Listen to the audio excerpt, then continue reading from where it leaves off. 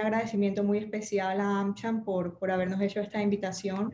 El día de hoy les vamos a compartir algunos aspectos prácticos en relación a las ventas por comercio electrónico desde el punto de vista legal y las obligaciones del Estatuto del Consumidor.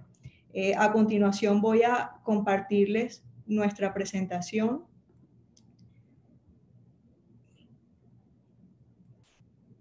Permítanme un segundo, por favor.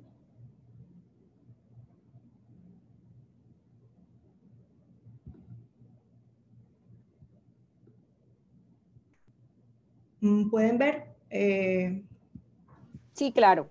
Ya podemos ver, solamente que la coloques como en ver presentación y perfecto. Listo.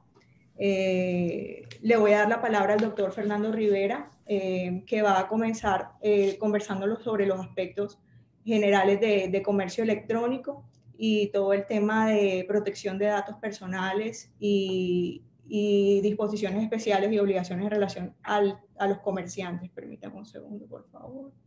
Listo, Fernando. Bueno, buenos días a todos.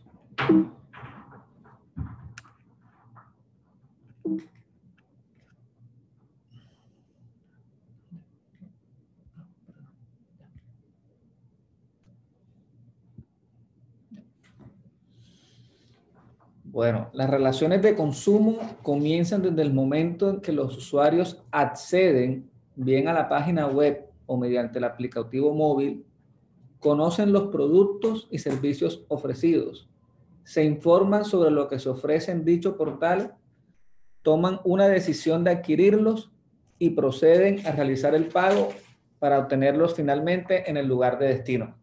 Iniciamos esta presentación con esta cita en la resolución SIC número 65397 de 2020, que nos da una idea pues, de los aspectos claves que tenemos que considerar cuando estamos hablando del comercio electrónico. Entonces, eso nos da una idea de que existen como distintas etapas o fases en esa relación. Hay una etapa precontractual, que es en ese primer momento en el que el consumidor tiene conocimiento del producto o servicio.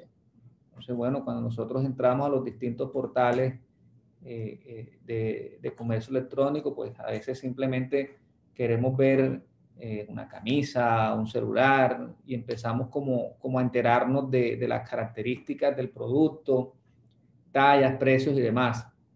Luego viene ya la etapa contractual, propiamente, digamos, de la celebración del negocio jurídico, que es cuando nosotros como consumidores pues tomamos la decisión de adquirir el bien que nos ofrece, digamos, el sujeto pasivo de esa relación, que es el comerciante, y a través de la plataforma, a través de un precio que ahí está establecido, lo adquirimos y obtenemos la entrega en unas condiciones específicas que deben estar establecidas pues, en el portal. Y luego viene una etapa postcontractual, que es ya luego de que recibimos el producto, o luego de que lo adquirimos más bien, el proveedor pues, nos tiene que responder por la calidad, por la idoneidad, por su garantía y que obviamente corresponda a lo que nosotros adquirimos. Digamos, esta distinción en etapas es relevante porque en cada una de ellas pues hay obligaciones a cargo del comerciante y hay unos derechos también en favor de los consumidores.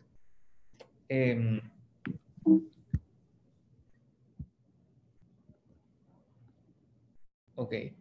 Empezamos entonces pues con la definición de comercio electrónico. Ese es el orden de nuestra presentación. Luego vamos a hablar un poco de las obligaciones en datos personales pues, que se presentan en el comercio electrónico. Vamos a hablarles también de publicidad, los requisitos de la venta y los requisitos también, todo relacionado con la entrega de los bienes o servicios que se comercializan a través de este canal. Entonces, se entiende como comercio electrónico los negocios, todo acto de comercio que se concerta a través del intercambio de mensajes de datos para adquirir productos o servicios. Entonces, la forma más común, digamos, hay portales especializados en comercio electrónico, Mercado Libre, Amazon, y algunos establecimientos ya tienen sus propios portales para hacer este tipo de negocios. Las grandes superficies, almacenes, marcas de tecnología, en fin. La esencia pues, del comercio electrónico, pues ese es el intercambio de mensaje de datos. Entonces, claro, como esa es la esencia del comercio electrónico y como necesariamente tiene que haber una información que suministra el consumidor al proveedor del servicio, pues hay un tratamiento de datos personales. Es decir, lo normal que cuando nosotros ingresamos a un portal de estos de comercio electrónico o a la plataforma de una gran superficie es que nos registremos. Es lo primero que nos piden porque es lo que va a permitir luego desarrollar el proceso de compra. Bueno, cuando tomamos la decisión de adquirir, pues a veces solamente ingresamos y no compramos, pero cuando tomamos la decisión de adquirir, necesariamente nos piden realizar un proceso de registro. Entonces, en ese proceso de registro, nos toman nuestros datos personales, los más usuales, nombre, dirección, para efectos de la entrega, teléfono celular, y información relacionada con el mecanismo de pago que vamos a utilizar. Entonces, hay, digamos, al margen de todo el régimen de protección de datos personales, digamos que no es el tema central del día de hoy, hay unos aspectos que para efectos de comercio electrónico tenemos que tener presentes cuando vayamos a hacer ese tratamiento de datos. Lo primero es recolectar los datos que sean estrictamente necesarios para poder hacer el negocio. Entonces, es necesario que yo pida el nombre, ¿sí? Es necesario que pida una dirección, por supuesto, porque necesito entregar el producto en un sitio específico. El teléfono de la persona, hombre, sí, eso es razonable. Si quiero registrar un mecanismo de pago, también es perfectamente razonable o necesario para realizar el negocio jurídico. Que ya no es necesario. El sexo, por ejemplo. No es necesario preferencias de consumo, información de terceras personas, la profesión, ese tipo de datos que no son necesarios para que se dé ese proceso de compraventa, no es, digamos, no es pertinente que los solicitemos. Lo otro que tenemos que tener en el radar siempre es que cuando hacemos recolección de datos personales, tenemos que seguirnos por el principio de responsabilidad demostrada. Es decir, cuando yo recolecto datos personales, tengo que estar en la capacidad de demostrarle a la Superintendencia de Industria y Comercio, que es, digamos, la entidad con jurisdicción para este tema, que yo he adoptado las medidas apropiadas y efectivas en relación con el tratamiento de datos personales. Es decir, que yo eso no lo he dejado al azar, que yo cuando he recolectado los datos, lo he recolectado de manera responsable y que he adoptado las medidas para que se preserve la información, que he adoptado las medidas para que el titular de esos datos personales pueda ejercer sus derechos como titular de los mismos, que les he solicitado la autorización para obtener esos datos, que le he informado que voy a hacer la recolección de esos datos. Entonces, cuando hablamos de medidas apropiadas, pues son aquellas que se ajustan a las necesidades del tratamiento de datos. Cuando hablamos de efectivas, nos referimos a que cumplan la finalidad digamos, con la que se implementó la medida. Entonces, en este tema del principio de responsabilidad demostrada, hay unos aspectos que son absolutamente claves. Uno, hay que conservar la prueba de que le informé al titular de que iba a hacer una recolección de datos personales, le informé cuáles eran sus derechos, le informé cuáles eran los canales para que él pudiera ejercerlos, le informé con qué finalidad iba a recolectar el dato antes de hacer la recolección del dato. Esto es importante, sobre todo el tema de la finalidad, porque si yo estoy recolectando un dato, digamos, la finalidad natural de la recolección del dato cuando estoy haciendo una venta por comercio electrónico es poder hacer la entrega. Pero ya sin embargo, yo también puedo pedir autorización para efectos comerciales, es decir, para enviarle publicidad, notificarlo de promociones, en fin. Entonces, eso hay que informarlo previamente. Lo segundo es solicitar y conservar copia de la autorización que dé esa persona. Es decir, si se utiliza una plataforma tecnológica, bueno, deben incluirse los mecanismos para que esa persona manifieste su autorización del tratamiento de datos y que les permita a su vez al comerciante pues conservarlo. El otro tema es utilizar herramientas de anonimización. Es decir, si yo no necesito asociar un dato personal al nombre de la persona, pues tratar de evitarlo lo más que se pueda. Es decir, si una de mis finalidades después de realizar la venta es realizar publicidad o enviar mensajes de texto informando de descuentos, yo en mi información que tengo que buscar la manera de que no se asocie ese teléfono, por ejemplo, a una persona en particular.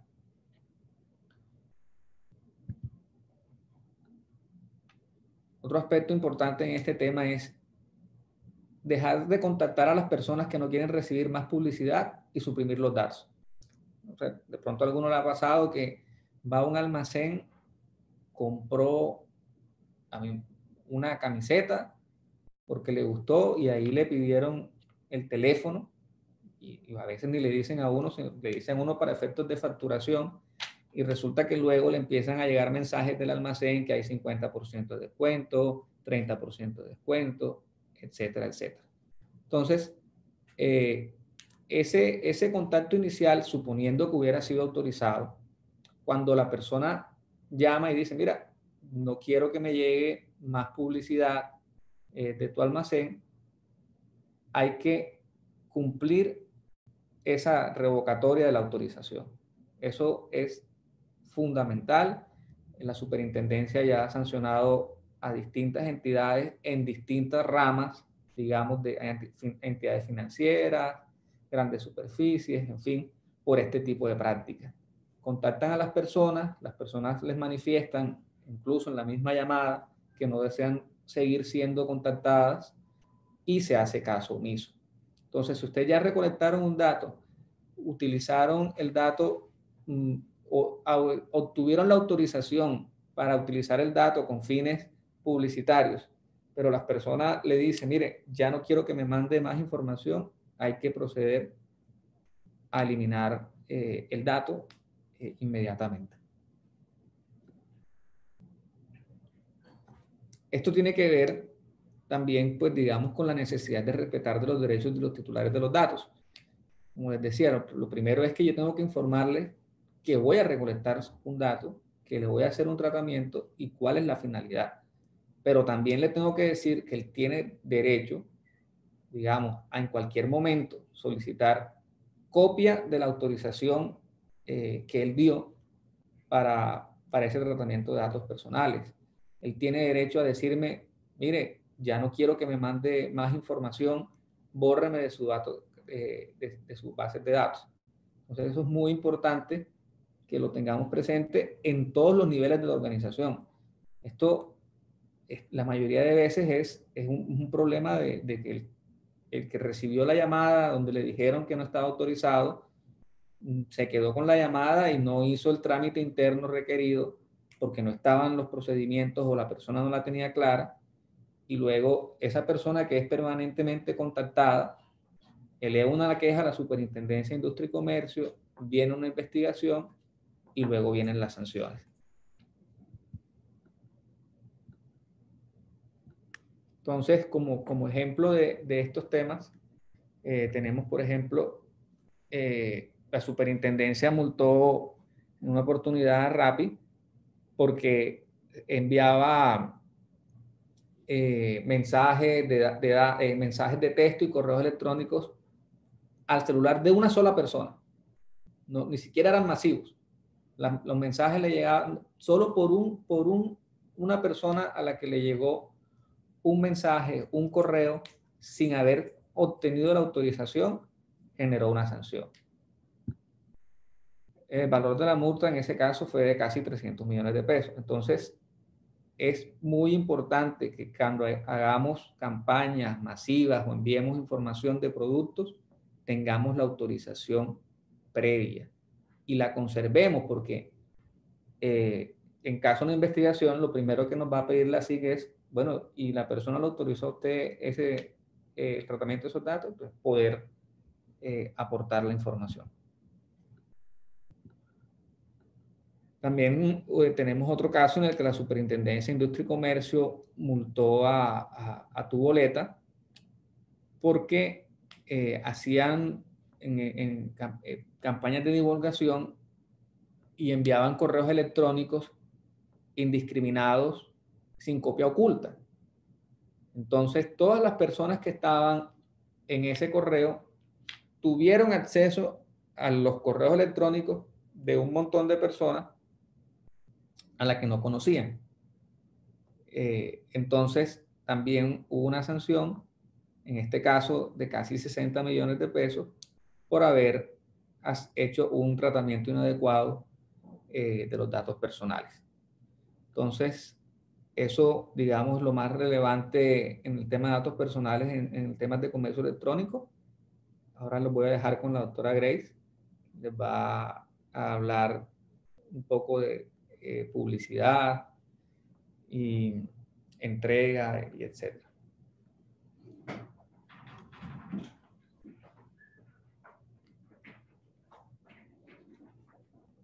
Gracias.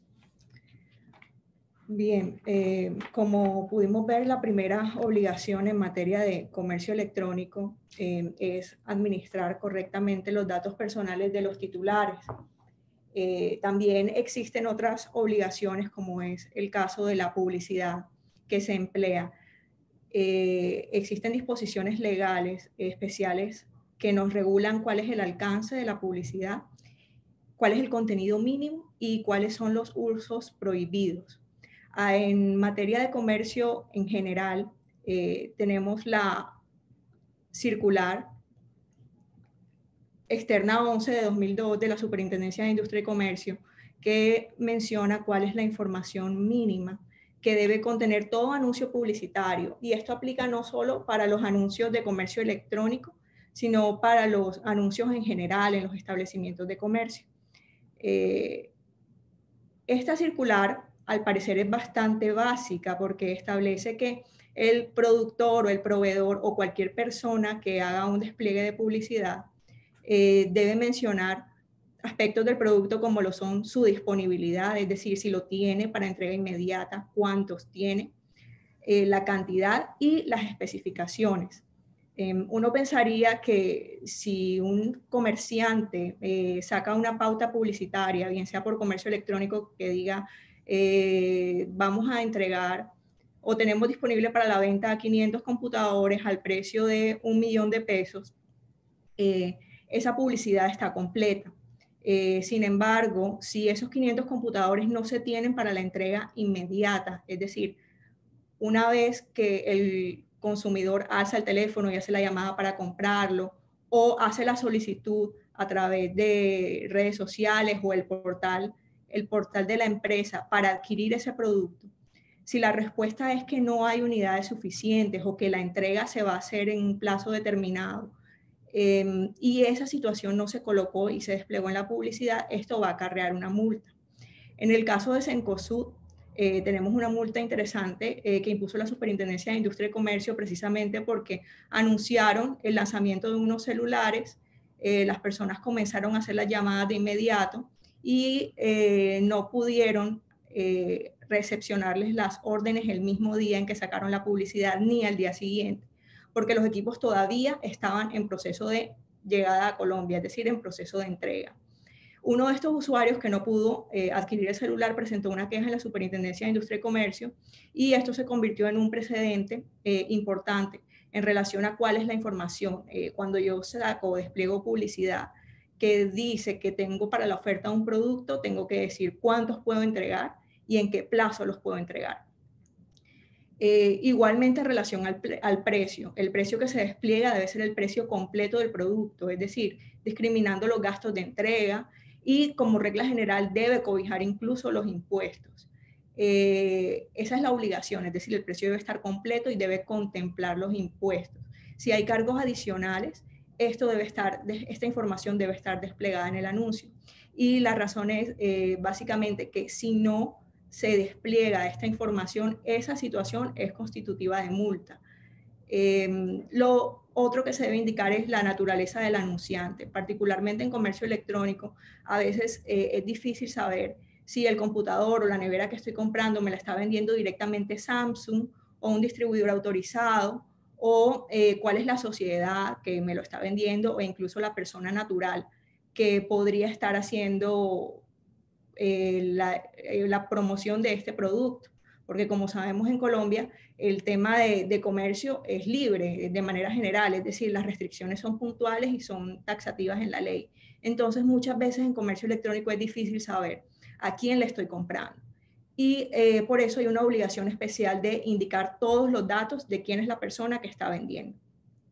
Lo siguiente es la información completa del producto. Yo debo indicar peso, cantidad y en general cuál es la expectativa que que el consumidor debe pretender satisfacer con el producto que está adquiriendo. Al respecto, existen múltiples sanciones por el tema de publicidad que la Superintendencia de Industria y Comercio considera incompleta o engañosa. Y quisiera compartirles un caso que es bastante popular en la cultura nacional y que sucedió hace algunos años. Es el caso de Revertex. Revertex es una crema que se promocionó con la imagen de la modelo y presentadora Amparo Grisales y lo publicitaron así, decía, es el producto para la eterna juventud. Amparo Grisales sacó muchas pautas publicitarias indicando que ese era el producto que a ella le funcionaba. Y la Superintendencia de Industria y Comercio sancionó al laboratorio y también al distribuidor, es decir, a quienes se encontraban en la cadena de venta, porque ellos no contaban con ninguna prueba técnica o científica que demostrara lo que estaban publicitando, y es el tema de prevenir el envejecimiento o retrasar la edad. Entonces allí lo que se hizo fue crearle al consumidor una expectativa del objetivo del producto que no coincidía con la realidad, y es que no hay en ese momento no había ningún estudio técnico que demostrara que Revertex servía para retrasar la edad. Desde ese punto de vista, la Superintendencia de Industria y Comercio responsabilizó tanto al fabricante como al expendedor. Y esto fue por suministrar información que no era veraz en relación a este producto. Y uno se pregunta, bueno, ¿cuál es el origen de esto? Si cualquier persona que se mueve regularmente en un círculo social con estudios universitarios podría entender que con el uso de una crema, uno no va a quedar así como se ve Amparo Grisales en esta foto. Y yo decía, bueno, es que a veces hay publicidad que los comerciantes despliegan sabiendo que nadie va a creer que va a quedar así por echarse una crema. Pero cuando uno analiza a fondo la resolución que sacó la superintendencia, uno puede encontrar que hay razones importantes y valiosas detrás de esta resolución sancionatoria. Y es lo siguiente, la superintendencia explica que este producto está para todos los colombianos y que de forma general la mayoría de nuestra población no cuenta con la información para saber que las células no se hacen más jóvenes, que una crema no va a funcionar. Es decir, este producto es para todos, para la señora de los tintos, para la señora del mercado, para todos. Y estaba generando una falsa expectativa en relación a lo que se podía adquirir con lo que se podía lograr con su adquisición. Entonces, me gustó mucho esta resolución porque es un llamado a los productores a decir, tengan en cuenta quién es su público en general y que en Colombia no todos fuimos a una facultad de medicina y no sabemos cómo funciona todo el tema de este producto, y si usted va a decir que puede lograr un resultado, tiene que sustentarlo en algún estudio científico. Y como Revertex no tenía este estudio claro, contundente, por una universidad o por una asociación científica, pues sencillamente la superintendencia los multó, porque estaban sugiriendo lo contrario. Entonces, esto es un buen ejemplo de lo que se puede considerar una infracción a las normas de publicidad, generarle al consumidor una expectativa que no se encuentra debidamente soportada. Y en general, las disposiciones sobre el contenido mínimo de la publicidad y lo que se debe tener en cuenta se encuentran en la circular externa 11 de 2002, que les sugiero cuando vayan a sacar pautas publicitarias o cuando vayan a contratar con una agencia. Es súper importante tenerla en cuenta porque allí vamos a encontrar reales, es decir, las exigencias normativas, y reales consejos de cómo se debe hacer la publicidad.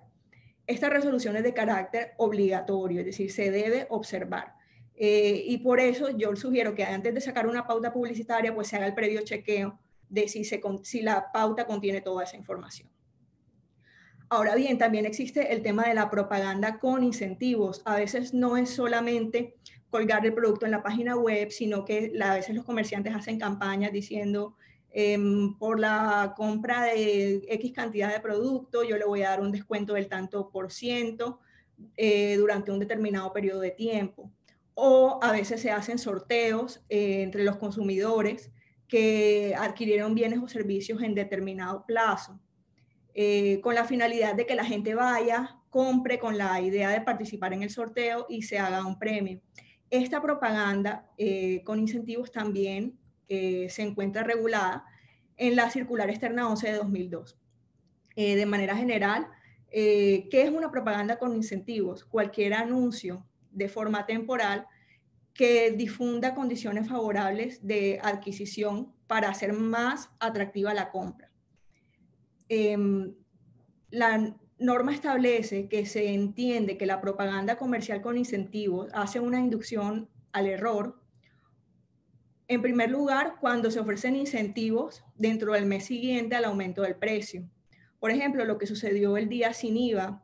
En el día sin IVA muchos comerciantes sacaron información de productos con descuentos y muchos consumidores que habían pensado adquirir esos productos antes del día sin IVA o pocos días antes, ya tenían claro de qué era lo que iban a adquirir, habían fichado los productos, incluso habían tomado fotografías y habían hecho un cálculo de cuánto iba a costar este producto en el día sin IVA. Y se encontraron con que el precio fue elevado artificialmente dentro del mes siguiente a la fecha del día sin IVA. Es decir, fue un tema inmediato. Y esto es justamente lo que pretende evitar la norma. Una propaganda comercial con incentivos dentro de una propaganda comercial con incentivos no debería suceder esta situación, es decir, no se deben ofrecer incentivos dentro del mes siguiente al aumento del precio, es decir, se trata de no falsear artificialmente el precio del producto. Adicionalmente, pues bueno, la norma establece puntualmente dos casos. El siguiente es cuando se aumenta el precio del bien o del servicio simultáneamente con el ofrecimiento del incentivo. Le doy un 20% de descuento, pero hoy es 20% más caro. Y establece la norma cuando se hace esto hasta 6 meses después del retiro del ofrecimiento del producto o servicio. Para esto, la superintendencia exige que todos los soportes de la propaganda comercial con incentivos sean archivados y estén disponibles a solicitud de la autoridad. Entonces, es grave no tenerlo, por lo que se debe generar un proceso de archivo y custodia en relación a la publicidad que despliega el comerciante y también en relación a la propaganda comercial con incentivos. Y esto aplica para todo, aplica para lo que se hace en el establecimiento de comercio y también aplica para las disposiciones de comercio electrónico. La sanción más reciente en materia de propaganda comercial con incentivos ocurrió hace solo un par de meses y fue una multa que se le impuso a Panamericana por desplegar una publicidad que decía que por la compra de 10 resmas de papel se llevaba cada resma, el usuario se llevaba cada resma por el valor de 6.500 pesos. Pues un usuario presentó una queja diciendo que él había comprado 20 resmas y solamente la habían liquidado a valor de 6.500, las primeras 10, y que las otras se las habían liquidado a valor comercial del producto.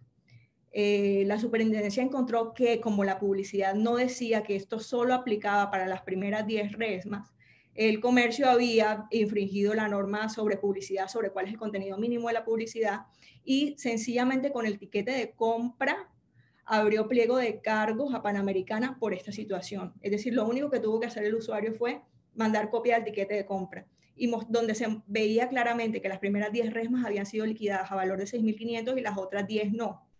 Y ahí es donde radica la importancia de tener cuidado con todo el despliegue publicitario que hacen los establecimientos. También a veces es importante tener en cuenta que las campañas publicitarias no pueden ser confusas. En esa misma resolución se le formula pliego de cargos a Panamericana por ofrecer un computador Lenovo con precio de descuento a 1.279.000 y ofrecer una tablet por valor de 49.000 pesos si se llevaba un computador Lenovo. Un usuario encontró en el establecimiento de Panamericana un computador Lenovo y la tablet Lenovo, y cuando se presentó a la caja le dijeron no, esto no aplica para este computador que está en descuento, esto aplica para una serie distinta de computadores que tienen un precio más elevado, es decir, usted solo puede llevar la tablet por el precio de 49.000 si usted compra estos específicos computadores. Pues el usuario en la caja presentó la denuncia inmediatamente por medios virtuales ante la Superintendencia de Industria y Comercio, y nos encontramos con que Panamericana tiene un pliego de cargo formulado por publicidad confusa. Entonces es importante tener en cuenta eso. A veces los anuncios publicitarios tratan o se esmeran, por supuesto, en atraer clientes. Y dentro de ese proceso de atraer clientes, a veces los anuncios no son lo suficientemente claros, y es precisamente en este tipo de circunstancias donde la empresa podría verse abocada a un tema de infracción de normas al consumidor. Tenemos también una nueva disposición en materia de publicidad, y es que en octubre de este año la Superintendencia de Industria y Comercio sacó una guía para promoción de bienes o servicios a través de influenciadores. Esta guía es de octubre, es una guía reciente y es casi que dirigida específicamente al comercio electrónico. En esta guía la superintendencia establece que el influenciador tiene unas obligaciones y el anunciante también. Regularmente los influenciadores promueven sus servicios como parte de las experiencias de vida que tienen, y nunca despliegan si están siendo de alguna forma remunerados económicamente por esa actividad. Y esta es, por excelencia, una de las nuevas formas de publicidad. Pues bien, la Superintendencia de Industria y Comercio sacó en octubre una guía en la que establece que es obligación del influenciador siempre informar el vínculo comercial que tiene con el productor. Es decir, ya no se va a poder difundir en redes sociales el uso de productos o servicios como experiencias si detrás de ese uso de productos o servicios hay un patrocinio o hay un reconocimiento económico de cualquier tipo. Y la razón es la siguiente: la superintendencia ha dicho que el influenciador en ese caso responde patrimonialmente como si fuera un anunciante. Y las multas son supremamente elevadas. Estamos hablando de multas que pueden llegar hasta los 2.000 salarios mínimos. Por el hecho de decir que, por ejemplo, Revertex tiene un excelente resultado y no decir que esto es publicidad pagada por Revertex. Luego, en ese caso, Amparo Grisales podría ser sancionada por estar promoviendo un producto sin haber dicho que tenía un patrocinio, porque está comprometiendo su palabra, está comprometiendo su experiencia. Por supuesto, los más interesados en que esta información sea difundida son los medios de comunicación formales, que han perdido clientes en materia de pautas comerciales, porque ahora el mercado se ha agrandado, es decir, hay otra oferta de servicios publicitarios que son las de los influencers. Entonces, una vez que la superintendencia sacó esta guía, inmediatamente medios de comunicación como El Tiempo y Caracol sacaron grandes despliegues diciendo: a partir de hoy los influencers también tienen responsabilidad por lo que están diciendo. Y los anunciantes también tienen una serie de obligaciones. Perdón, vamos a mirar. Bueno, entonces lo primero es informar el vínculo comercial, ¿cierto? Y cómo se debe informar ese vínculo comercial durante todo el tiempo de la pauta. Es decir, no se puede informar al comienzo y al final, y tiene que ser, sino durante todo el tiempo. Y adicionalmente tiene que ser visible en todo tipo de dispositivo. Esto aplica de manera general para todos los influenciadores, salvo cuando se trate de campañas de expectativa. Expectativa es cuando, por ejemplo, yo al comienzo de la difusión publicitaria no digo quién es el que está generando la pauta, sino que lo despliego solamente al final. Para ese tipo de campaña, por supuesto, no se deben indicar los datos del anunciante desde el comienzo, pero siempre de forma completa al final. Y adicionalmente se establece una obligación para el influencer y también para los comercios, y es que deben tomar acciones frente a los comentarios negativos que hagan los usuarios. Entonces, si en una página de Instagram un usuario formula un comentario negativo diciendo este producto a mí no me funcionó, ya no es solamente decirle lo sentimos, vamos a ofrecerte un mejor precio o una devolución. Ahora se trata de estar atentos a qué es lo que dicen los usuarios con su experiencia de producto o servicio. Y está así en la recomendación o en la guía de la superintendencia. Los anunciantes deben tomar acciones en relación a los comentarios negativos. ¿Cómo se debe hacer una pauta publicitaria cuando se trata de un influenciador? La superintendencia dice que la mejor forma para declarar la relación comercial es a través del uso de etiquetas. Por ejemplo, numeral publicidad @ y colocarle cuál es la marca del anunciante. O numeral publicidad, aviso promocionado por, y colocar la marca del anunciante. En fin, siempre haciendo mención en el uso de etiquetas. Pero también la superintendencia dice que hay una serie de etiquetas que son prohibidas y que son etiquetas de alguna forma equívocas, como lo son, por ejemplo, las expresiones como en patrocinio con la marca o en asociación con la marca o gracias a la marca. La superintendencia dice que en estos casos no es tan claro.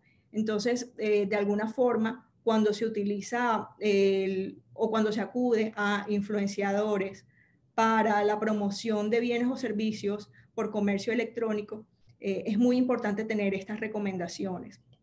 Adicionalmente, de forma general en relación a la publicidad que se hace por comercio electrónico, es importante tener en cuenta que esta publicidad siempre queda almacenada en la red.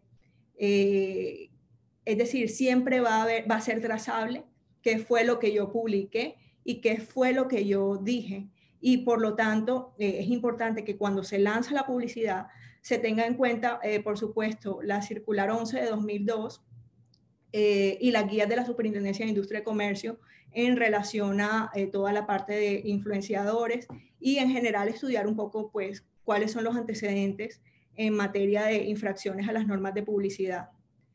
Pues bien, hablamos sobre las obligaciones en datos personales, también hablamos sobre la publicidad, ahora vamos a hablar un poco sobre los requisitos de la venta.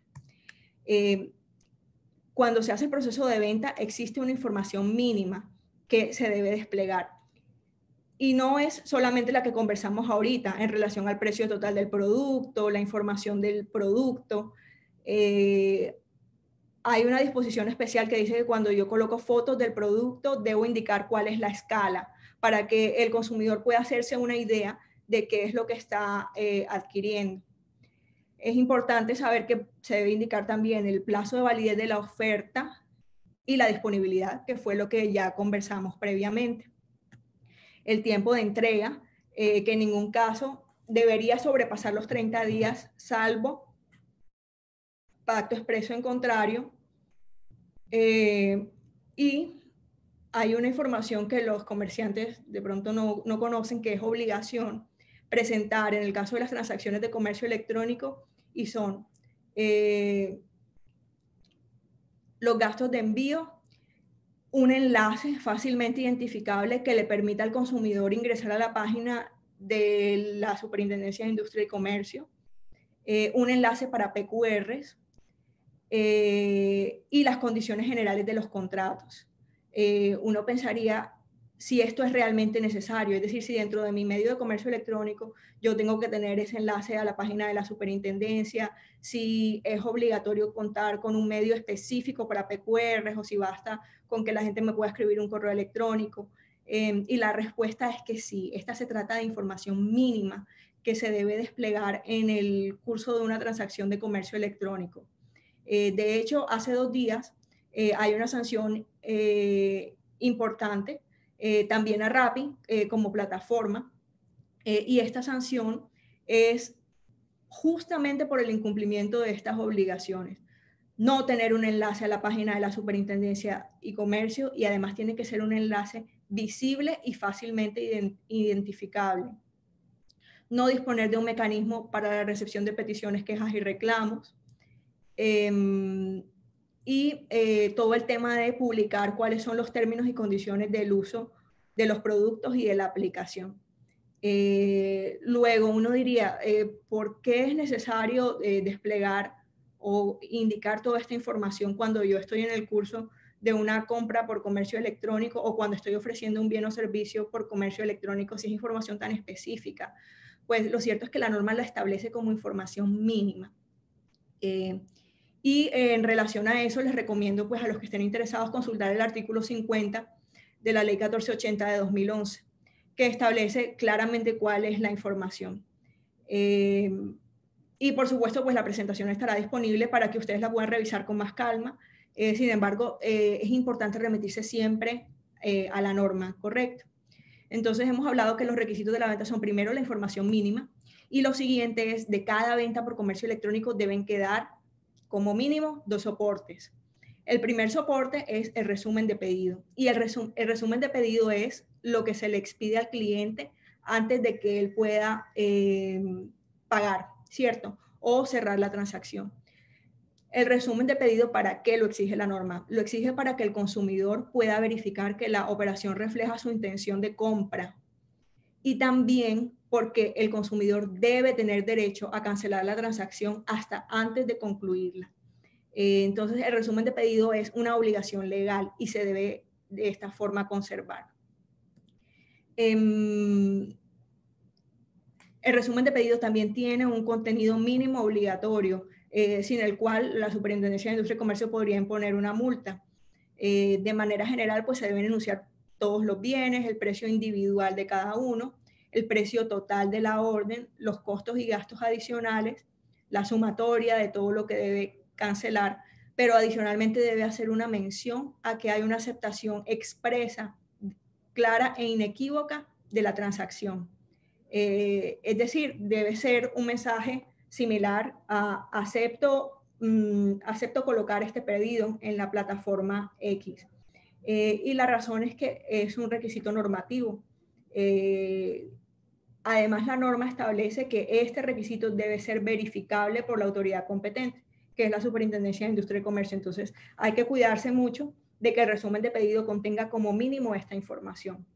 ¿Quiénes son excelentes en materia de resumen de pedido? Yo les podría decir que comercios como Al Costo observan toda la norma de comercio electrónico, y cuando uno observa un resumen de pedido de ellos, claramente cumplen con la norma. Y hay otros comercios que, a pesar de ser grandes superficies o grandes almacenes, no cumplen al detalle con esto. Yo lo que les recomiendo es, siempre hay que remitirse a la norma. Y de todas formas, si uno quisiera ver quién hace un buen resumen de pedido, como para tener una idea de cómo se hace, pues el de Al Costo es muy bueno. Yo lo he visto como consumidor, no como asesor, y les recomiendo que le echen un vistazo porque de verdad está muy bien hecho. Entonces les decía que hay 2 soportes. Lo primero es el resumen de pedido y lo siguiente es el acuso de recibo. Luego de que ya el consumidor le dio comprar, el comercio tiene hasta 24 horas, pero 24 horas comunes siguientes para expedirle una constancia de que recibieron su pedido y en qué tiempo va a ser entregado. Estos 2 documentos tienen que ser archivados por el comercio, con la finalidad de poder atender cualquier reclamación posterior o incluso la sola exhibición cuando la autoridad así lo requiera. El acuse de recibo también tiene unos requisitos especiales, y se los comparto aquí en este slide, que es básicamente el tiempo de entrega, la forma en la que se realizó el pago, de los aspectos importantes. Y por supuesto debe ser expedido a más tardar el día calendario siguiente de efectuado el pedido. Bien, y ahora algunas obligaciones finales para el tema de cuáles son los requisitos de la venta, ¿correcto? La primera obligación es mantener mecanismos de soporte duradero de la transacción. Siempre se debe archivar cualquier soporte de una transacción de comercio electrónico y especialmente de la voluntad expresa que tuvo la persona de colocar esa orden. Luego, garantizarle al comprador que hay mecanismos de seguridad apropiados y confiables que garantizan la protección de su información personal y de la transacción misma. Esto es en relación a lo que nos conversaba el doctor Fernando previamente sobre el principio de responsabilidad demostrada. Si yo estoy haciendo comercio electrónico, tengo que garantizarle a mi comprador que los datos personales que me entregó para esa compra, si yo no le pedí autorización para llamarlo posteriormente a ofrecerle más bienes y servicios, no lo puedo hacer así. Y adicionalmente que mi plataforma es tan segura que no le voy a generar inconvenientes. ¿Por qué? Porque la norma de consumo dice que el vendedor es responsable de la seguridad de la plataforma que utilice. Esto es en relación a los distintos mecanismos de pago que hay actualmente, como Mercado Pago y otros proveedores. Es importante tener cuidado con cuál es el proveedor que uno elige, debido a que la responsabilidad es del comercio. Y finalmente, cuando el vendedor da a conocer su membresía o afiliación a algún esquema de autorregulación, como lo sería una cámara de comercio especial, por ejemplo, hay una cámara de comercio electrónico o un certificador de calidad, siempre la página debe contar con los datos de ese certificador o de ese mecanismo de autorregulación para que el consumidor se pueda comunicar con ellos. Parecería ser un poco excesivo, pero como todo lo que les hemos compartido previamente, pues es un requisito normativo y es de obligatoria observancia. Si yo digo que soy certificado por Icontec, pues debo tener un enlace de contacto a Icontec para que el consumidor pueda verificar que en efecto eso es así. Entonces, hablamos sobre las obligaciones en datos personales, sobre la publicidad, sobre los requisitos de la venta y ahora vamos a hablar sobre la entrega. De forma general, salvo pacto en contrario, la entrega debe hacerse a los 30 días calendario. Eso es lo que establece el Estatuto del Consumidor. Por supuesto, en el resumen de pedido, yo le debo indicar si me demoro más de 30 días al consumidor, si me demoro más de 30 días en entregarle ese producto. Y si por cualquier circunstancia se llegara a detectar que no tengo la disponibilidad del producto o que no lo puedo entregar dentro de ese plazo, la norma dice que hay una obligación de informárselo inmediatamente al consumidor. ¿Cómo? Pues la recomendación es que sea por escrito y, por supuesto, conservar el soporte. Lo siguiente es, ¿qué sucede si no se puede entregar dentro del plazo estipulado? Pues la norma le da a los comercios el plazo de 30 días comunes para devolver el dinero que hayan recibido por una compra que no se realizó a cabalidad. Y es un tiempo bastante excesivo y uno se preguntaría, ¿por qué 30 días? Y la razón es que, por supuesto, esto implica ajustes en la contabilidad, posiblemente anulación de facturas, y por eso el Estatuto del Consumidor es tan amplio en el plazo que le da a los comercios para realizar la devolución de los dineros que han recibido, porque una orden no se materializó o por otras circunstancias como lo sería el derecho de retracto, por ejemplo. Es muy importante tener en cuenta en comercio electrónico, y quizá de las cosas más importantes es que todo consumidor tiene derecho a devolver el producto dentro de los 5 días siguientes a su adquisición, sin tener que justificar a qué se debe esa devolución. El comercio no le puede exigir que pruebe que el producto es defectuoso o que no le servía. El derecho de retracto opera por ministerio legal y lo puede hacer cualquier persona dentro de los 5 días siguientes. Y de hecho las grandes superficies lo saben, porque cuando uno se acerca, a mí me ha pasado, uno se acerca al sitio de servicio al cliente diciendo, mire, vengo a ejercer retracto de este producto. Es impresionante la forma como esa gente se mueve para atenderte. Pero cuando tú dices, no, es que yo lo vengo a devolver y no haces mención a la palabra derecho de retracto, el tratamiento no es el mismo. Y esto es porque la superintendencia ha sido muy clara en relación a que cualquier compra que se haga dentro de los 5 días siguientes se puede devolver sin hacer ningún tipo de explicación y sin tener que probarle nada al comerciante, ni siquiera llevarle la factura. Lo que sí se debe hacer es, y está a cargo del consumidor, hacerle llegar el bien al establecimiento y adicionalmente asumir los costos de entrega al establecimiento en caso de que sea, por ejemplo, una nevera o algo así. Cuando se trata de derecho de retracto, ahí están esas obligaciones de por medio. Es el consumidor quien lo debe llevar hasta el comercio y embalarlo adecuadamente. Finalmente, de manera postcontractual, que era lo que nos conversaba el doctor Fernando al comienzo de la presentación, ¿cierto? Las obligaciones de comercio electrónico son previas, son durante y son posteriores. Está el tema de la garantía legal. Es muy importante tener presente que el comercio tiene la obligación de atender los requerimientos por garantía dentro de los 15 días siguientes al momento en que son recibidos y atender todo el proceso de garantía tal como lo establece el Estatuto del Consumidor, es decir, hacer la corrección, informárselo al cliente y si el defecto no ha sido superado por la corrección, siempre hay que ofrecerle al cliente el cambio del producto o la devolución de su dinero. Entonces, de forma general, estas son las principales obligaciones en materia de comercio electrónico.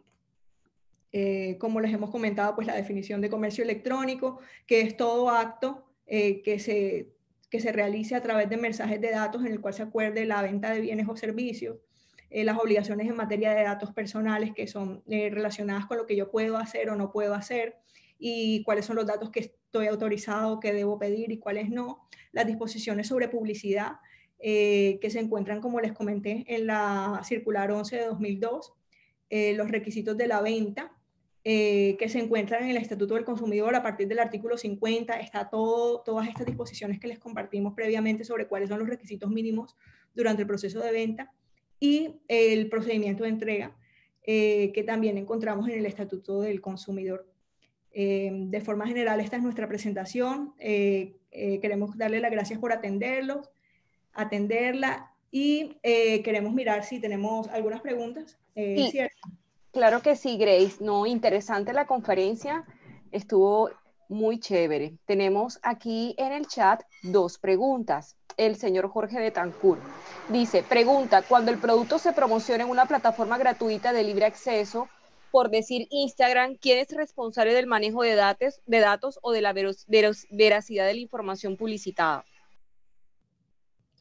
Bueno, responsables todos, ¿cierto? Desde el fabricante hasta el productor o expendedor. En el momento en que yo decido cargar un mensaje en Instagram, como productor o como tercero, estoy vinculando a todos hacia atrás en la cadena de producción hasta el momento en que llegó a mis manos. Y desde ese punto de vista, el consumidor puede decidir si le presenta el requerimiento al titular de la página de Instagram, si le presenta el requerimiento al productor o si le presenta el requerimiento al distribuidor mayorista. En este caso, la Superintendencia de Industria y Comercio ha sido muy clara y ha dicho que es a todos los que se encuentran en la cadena, a elección, por supuesto, del consumidor. Entonces, hay una obligación de parte de los productores de estar muy al tanto de cuáles son los requerimientos que se están haciendo frente a sus distribuidores que se encuentran más abajo en la cadena, porque cualquiera de ellos puede ser encontrado responsable. Y en esa medida las marcas deberían tener como una política sobre cómo se atiende todo este tema de garantías. Sí, y en la primera parte que, digamos, el tratamiento, digamos, de los datos personales, digamos, eso es con independencia del canal de promoción, digamos, el régimen de protección de datos aplica, digamos, cuando se hace el tratamiento. Es decir, o sea, si es por Instagram o por WhatsApp o por Facebook, si yo recibo un dato personal, tengo que hacerle el tratamiento conforme a la legislación que le aplique. Es la persona que lo está recolectando, básicamente. Y hay unos casos muy interesantes que todavía no tienen pronunciamiento. Por ejemplo, yo les quisiera compartir uno. Cuando una persona que tiene productos o servicios me taguea a mí como Grace Manjarres en una de las fotos de su producto o servicio. En ese caso, la superintendencia todavía no se ha pronunciado si esa persona tiene o no tiene derecho a taguearme. Uno pensaría que bajo el régimen de protección de datos personales no, porque yo no le he dado autorización para que esa persona promocione sus bienes o servicios a través de mi nombre o a través de mis contactos en redes sociales. Lo que les quiero decir es que las redes sociales tienen una naturaleza donde todos nos enteramos de la vida de todos, pero este tipo de usos debe ser un tipo de uso de cuidado. ¿Por qué? Porque la autoridad todavía no se ha pronunciado diciendo si se puede utilizar la cuenta de otra persona para promocionar bienes o servicios. Lo que uno diría es que por la ley de protección de datos personales y por lo que nosotros hemos visto, no se debería poder, pero la naturaleza de las redes sociales es precisamente compartir información. Entonces ahí hay que sopesar un par de intereses jurídicos distintos, como lo es el derecho del comerciante a difundir sus bienes y servicios y la finalidad de las redes sociales versus el régimen de protección de datos personales. Y este tipo de prácticas, lo que les quiero compartir es, no está resuelto este tema, pero son prácticas de cuidado. Ok, perfecto, Grace, muchas gracias. Aquí hay otra, bueno, una inquietud que tiene David Nugent en el chat, te la voy a leer. Creo que al final le resume la pregunta, pero te la voy a leer. A partir del momento en que se entrega el producto a un operador logístico, el vendedor pierde control sobre él. Si bien es cierto que ellos ofrecen la posibilidad de asegurarlo, también lo es el hecho de que la única posibilidad de reclamarle es si quien recibe verifica la mercancía justo en el momento de entrega y hace el reclamo en caso de encontrar un problema. Vendemos sellos de seguridad autoadhesivos que en muchos casos son personalizados y solo les sirven a sus destinatarios. Pero tuvimos 2 casos en que declaramos el valor, en ambos casos de más de 2 millones de pesos, y se presentaron intentos de saqueo. No se quedaron con nada porque no les servían sino al cliente, pero sí abrieron y desordenaron las cajas. A partir de eso comenzaron a mandar todo declarando un valor muy inferior que no les resulta atractivo a los saqueadores. Tenemos 2 problemas. 1, no responden por nada si el cliente no revisa. Y 2, no podemos asegurar por el valor real, so pena de atraer saqueadores. ¿De quién es la responsabilidad desde que está en manos del operador logístico? ¿Cuándo empieza la responsabilidad del comprador? Ok, correcto. Bueno, en materia de operador logístico y en materia de contrato de transporte, es muy importante tener presente una norma que a veces no es conocida por la ciudadanía en general, y es que el Código de Comercio establece que hay una presunción de responsabilidad del transportador. Es decir, desde que el transportador entra en custodia de los bienes que son entregados por un tercero hasta el momento en que los entrega exitosamente, se presume que cualquier cosa que le suceda a ese bien es de su responsabilidad y el transportador debe responder. Eso en relación a si el bien tiene una merma o sufre cualquier perjuicio mientras está en manos del transportador, la norma es clarísima y la empresa transportadora tiene que responder. No solo por el valor de la póliza, porque claro, existen las pólizas de transporte mediante las cuales se le reconoce al asegurado, que en este caso es el comercio, el valor que diga la póliza. No, el transportador debe responder incluso por el valor en exceso que se encuentra asegurado. Y lamentablemente este tema muchas veces es un poco atropellado por las empresas de transporte, que muchas veces hasta pueden decidir si te llevan el producto o no. Por ejemplo, nosotros hemos tenido clientes en materia de vidrios que producen vidrios y no pueden conseguir una empresa de transporte que se obligue a entregar un vidrio en una ciudad distinta, porque sencillamente eso es contrario a su política, ¿cierto? Porque ellos saben que si le ocurre algo a un vidrio, aunque esté muy bien embalado, van a salir a responder. Entonces, de forma general, sí, es de la empresa de transporte. El consumidor puede presentar su reclamo en cualquier momento, y regularmente lo que se hace es que en los términos y condiciones del comercio se coloca una disposición del establecimiento o de quien vende, se coloca una disposición que dice que el consumidor tiene que revisar al momento de recibir el producto. ¿Qué puede suceder? Puede suceder que el consumidor no lo revise, pero en ese caso, si yo lo tenía en mis términos y condiciones, que además es una obligación del Estatuto del Consumidor, yo lo tengo que decir, tengo que publicar mis términos y condiciones, eso es una forma de manejar y mitigar el riesgo. Eso es desde el punto de vista general. Ahora bien, también es importante conocer que la Superintendencia de Industria y Comercio ha obligado a algunos proveedores a modificar sus términos y condiciones cuando les colocan cargas a los consumidores que son excesivas. Como lo sería, por ejemplo, decirle que revise la caja, si es un tema, sí me explico, es decir, la superintendencia puede obligarme incluso a modificar mis términos y condiciones, pero de manera general no me va a sancionar. Primero me va a hacer un requerimiento para que los modifique. Y posteriormente, si yo no los modifico, allí sí voy a recibir una sanción. ¿Qué es importante? Es importante hacer este ajuste en los términos y condiciones de una forma que sea compatible con el Estatuto del Consumidor y que no se entienda como una cláusula abusiva. A veces hay cláusulas que solo en su forma de redacción atropellan al consumidor. Entonces, es importante incluirlo en los términos de condiciones de una manera apropiada para que la autoridad de protección al consumidor no lo entienda como un exceso del comercio. Y, por supuesto, adecuadamente justificado. Esa sería la recomendación. En principio, como les digo, tiene sus salvedades, la superintendencia me puede obligar a cambiar los términos y condiciones, pero eso es una forma de acompañar un poco la situación que se viene presentando con las transportadoras. Perfecto, Grace. Creo que no tenemos más preguntas. Estoy mirando el chat. No sé si alguien que esté aquí dentro de la conferencia tiene alguna pregunta adicional.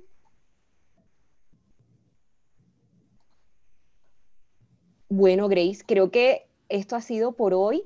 Les agradecemos a ustedes por esta excelente charla dictada en el día de hoy. Bueno, como siempre, Castro Nieto con excelente tema. Y bueno, todo este webinar va a quedar grabado. Nosotros les vamos a compartir las memorias del evento y se las estaremos mandando en el transcurso de la semana. Y agradecemos Disculpen, nuevamente. ¿Sí? Qué pena contigo. Yo iba a escribir una pregunta. Me disculpo que la tardanza. Bueno, En el adelante. caso de que sea solo venta al extranjero, es decir, nosotros tenemos un proyecto de ventas, pero se va a enfocar al mercado europeo. ¿Esta normatividad de igual manera se debe cumplir o se debe cumplir la normatividad con respecto a los mercados que vayamos dirigido nuestro producto? Gracias. Gracias. Bueno, esa pregunta es bien interesante. ¿Qué sucede con las transacciones de comercio electrónico? No se sabe dónde quedan configuradas. Por ejemplo, usted se encuentra ubicado en Barranquilla, pero su comprador se encuentra ubicado en la Unión Europea, puede estar en España. La pregunta es, ¿dónde ocurre el acuerdo de voluntades o dónde se consuma esa venta? Ya que no fue territorialmente en Colombia.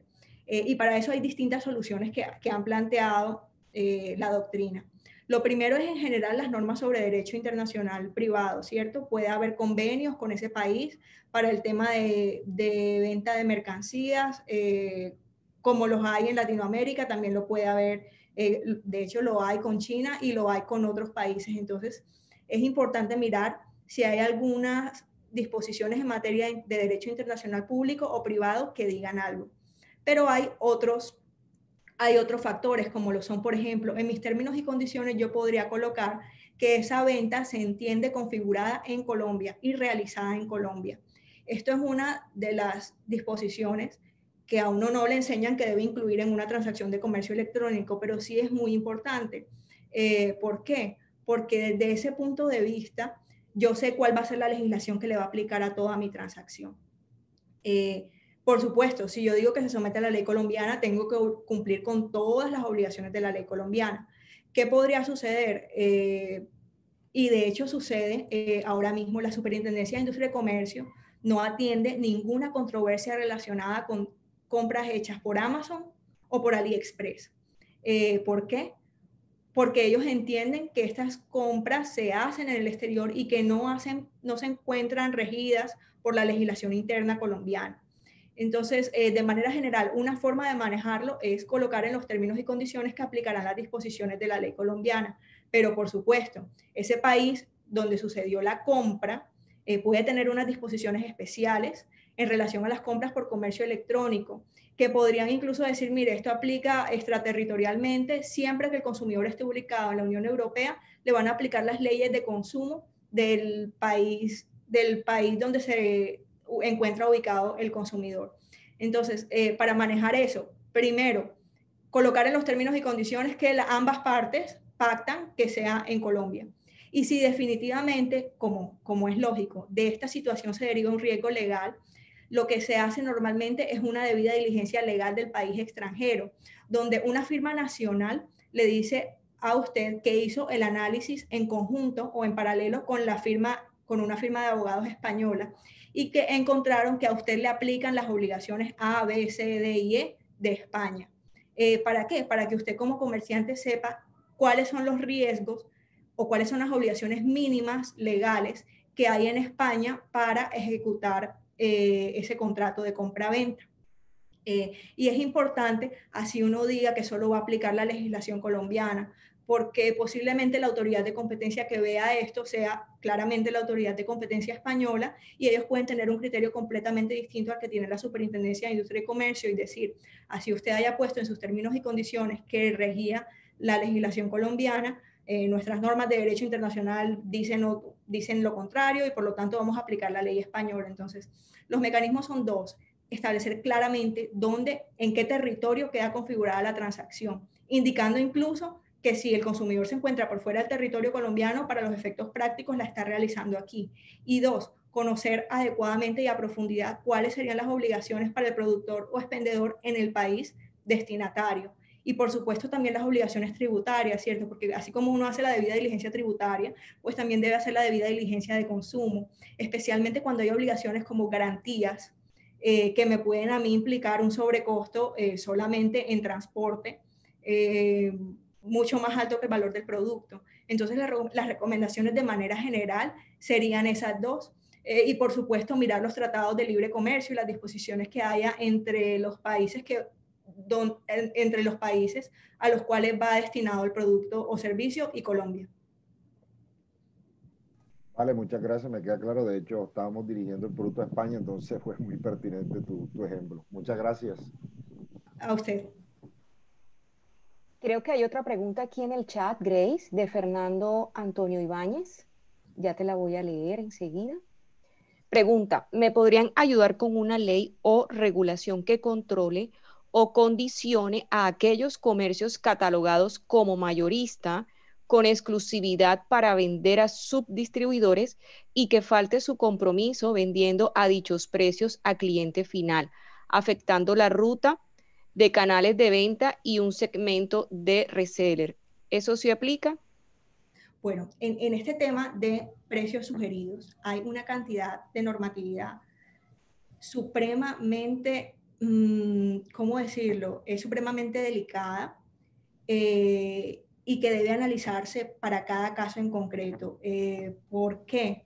Porque de manera general en Colombia los pactos de exclusividad están prohibidos y sugerir los precios para terceros downstream o en la cadena hacia abajo también tiene sus límites y restricciones.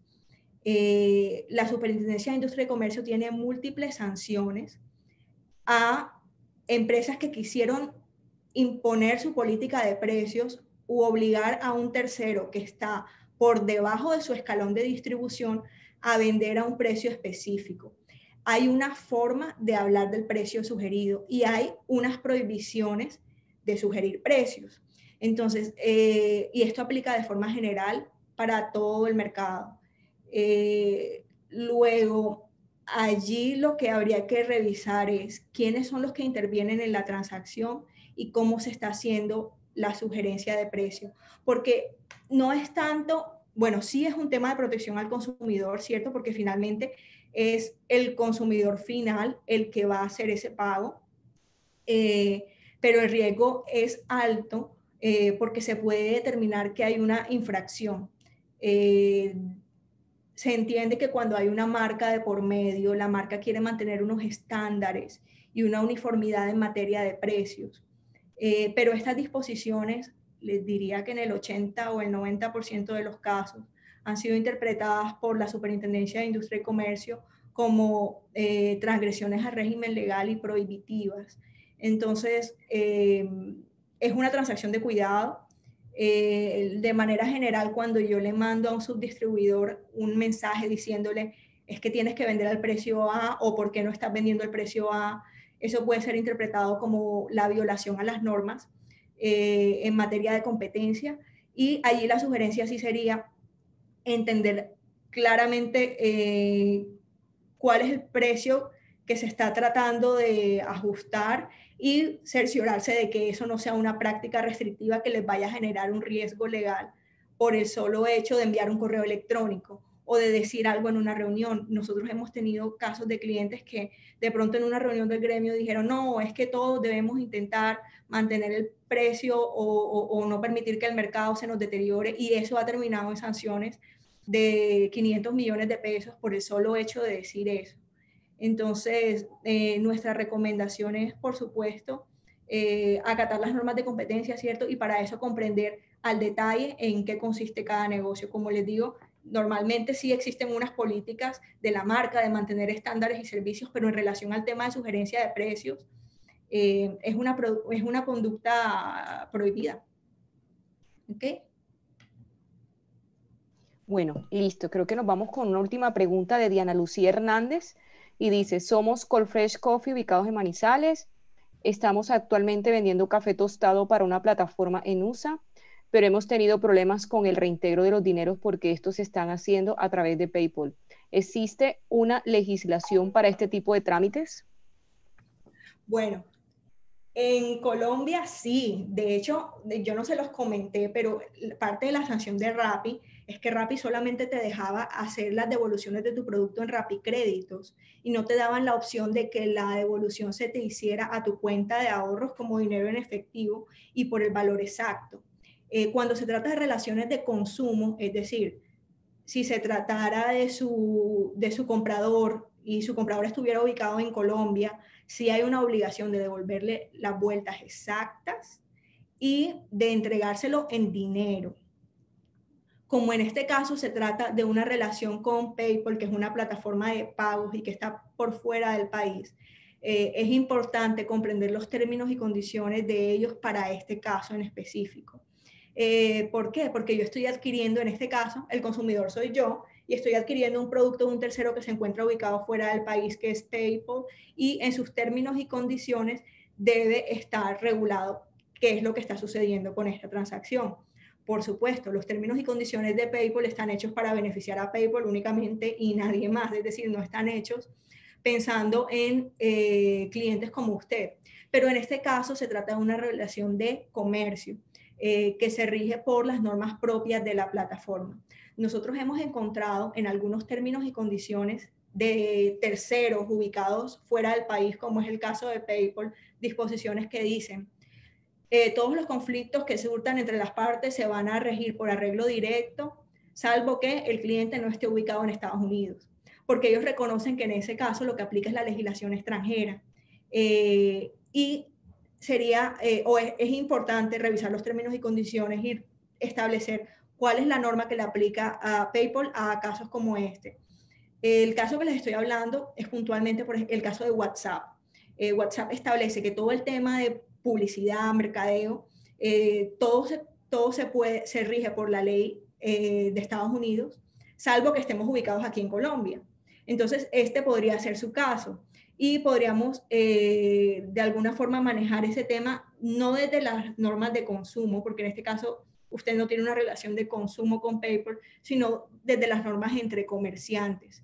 De manera general es un derecho recibir la totalidad del valor del producto y las vueltas exactas. Luego es claro que en principio habría lugar a una reclamación, pero habría que comprender los términos y condiciones que ellos tienen para poder indicarle con mayor nivel de detalle cuál sería el camino a seguir.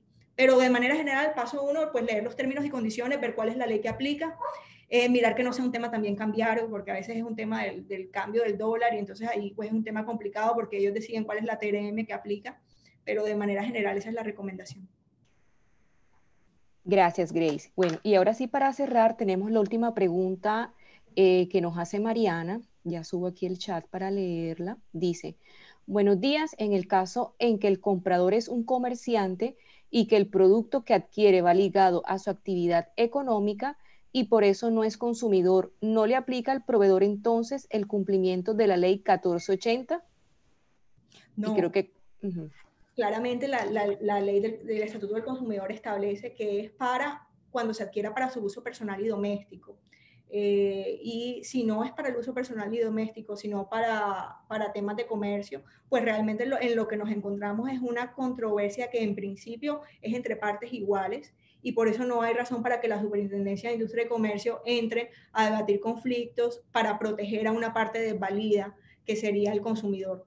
La norma es clara. Creo que está en el artículo 1 del Estatuto del Consumidor, que establece, bueno, debe ser de los primeros, que establece que claramente este tipo de casos no se rige por las normas de consumo. Perfecto, Grace.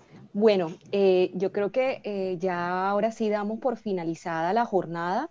Muchísimas gracias a Castro Nieto Abogados por esta presentación y por todas las respuestas a las preguntas que hicieron a nuestros participantes. Y les comento nuevamente, este evento va a quedar grabado, le estaremos compartiendo las memorias. Y una vez más, muchísimas gracias, Grace y Fernando, por esta gran charla en el día de hoy. Gracias a ustedes. Feliz día. Ok, gracias a todos. Damos por finalizada la jornada.